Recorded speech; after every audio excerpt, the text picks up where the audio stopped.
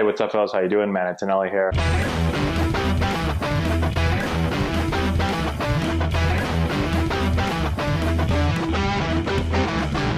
Okay, so I saw this recently. I came across it. It's Albert Pujols here, back when he was with the Angels, and he steals third base. And at 41 or however old he is, this isn't common to see somebody that can't really move anymore steal third. And so I want to talk about, and I'm going to show it here in a second. I want to talk about how stealing third base can be done, really no matter your speed.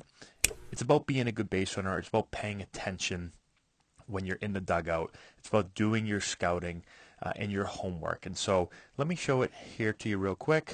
So there he goes. He takes off, and he easily makes it right there. Okay, so let's get to a different angle, and I'm going to talk to you about the three main things that I focus on when trying to steal third base. Okay, so let's start here. There's three things that I tell all of our players to pay attention to study the pitcher. And when do you do that? You do that from the dugout when you're a younger player. If you're an older player and you have video, right, there's advanced scouting reports, you can go ahead and do that. But for most players, they're going to have to do this during the game. So when you're in the dugout and you have a runner that gets to second base, pay attention to the pitcher. Now, what are we looking for? The first thing that we look at is, does the pitcher pitch to home when he's looking at you or when he's looking at the plate? All right, this is very important. If he's looking at you and then picks up the pitch, it's a little bit more difficult. If he looks at you and then turns his head, finds the catcher in home plate, and then lifts his leg and delivers, well, we can take advantage of that. And so what I like to teach is that when the pitcher is looking at you, right, you get your standard lead. When the pitcher is looking at you, you just stay there. When the pitcher looks home, you start to do this. You start to creep off. Now, if he doesn't look at you, you can keep going. If he looks back, you're going to take a step back. So I'm always moving with the pitcher. He looks away, I shuffle off. He looks back, I shuffle back. And so that way I'm able to get some momentum.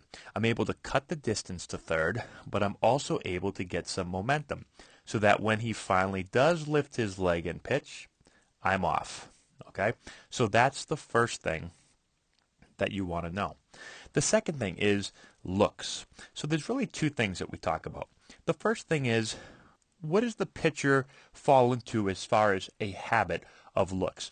Certain pitchers, I'd say a lot of pitchers, especially at younger levels, fall into a habit of coming set, looking once, pitching. Coming set, looking once, pitching.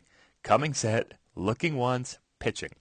If that is the case, well, he's going to come set, he's going to look once. When he turns his head, I'm going to anticipate him lifting. I'm going to shuffle, and when he lifts, bang, I'm off. And I've got that bag easily.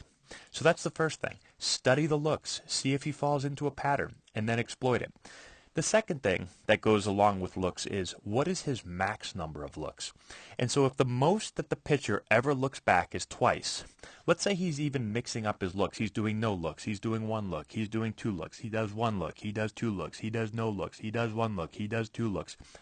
After a while, if you notice that the most looks he ever gives is two, well then if he looks away, he looks again, that's two looks. That's his max number of looks. Now, when he looks away, I am aggressively getting off here because I know he's never, ever, ever, ever looked three times. I'm going to anticipate that, and I'm off. If his max number of looks is one look, and he never, ever, ever, ever, ever gives two looks, well, we do the same thing. He looks once, he looks away, I start to shuffle, and boom, I'm gone. Okay? Very easy to steal third base off of pitchers that fall into habits like that.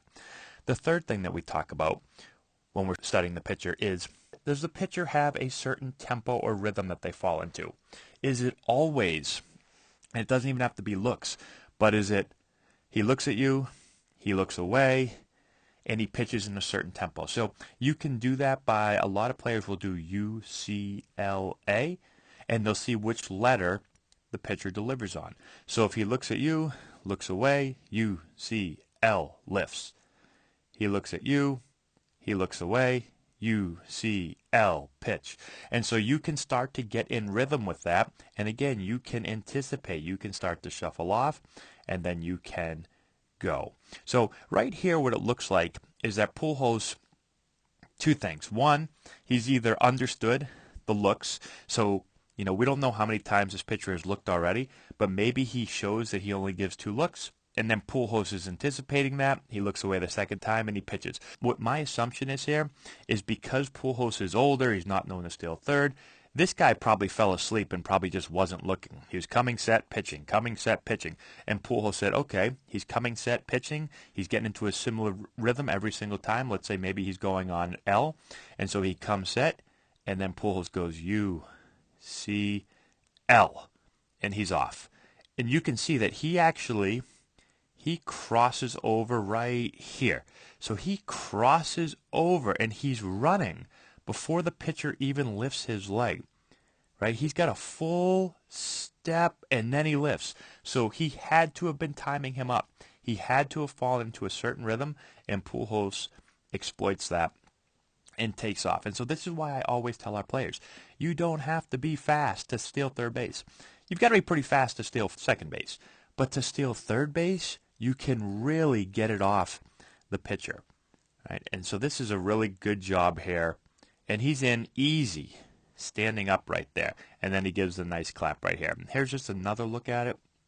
So you see here, shuffle, shuffle, and I'm off. Again, if you go shuffle and he all of a sudden changes and he looks back, well, then you better quickly, he looked, I quickly get back here. All right? So that's how you dance with the pitcher. So those are the 3 big things to pay attention to that will really, really help you out. Does he look at you, turn his head and pitch? Or does he look at you and then just pitch? 2, does he fall into a pattern with the looks that he gives, and what is his max number of looks? And then number 3, does he fall into a certain tempo and rhythm? Pay attention to those from the dugout, and you'll be able to steal third base much more often. That's all we have. Thanks for watching. Subscribe to the channel. Hit the notification bell. Give it a thumbs up. All that good stuff. We'll talk to you later. If you've enjoyed this video and want to learn more about building the elite swing, check out our new course. We have over 2 hours of content, almost 30 hitting drills. We break down the exact mechanics that you're going to want to implement into your swing. I've put the link in the description if you want to go check it out.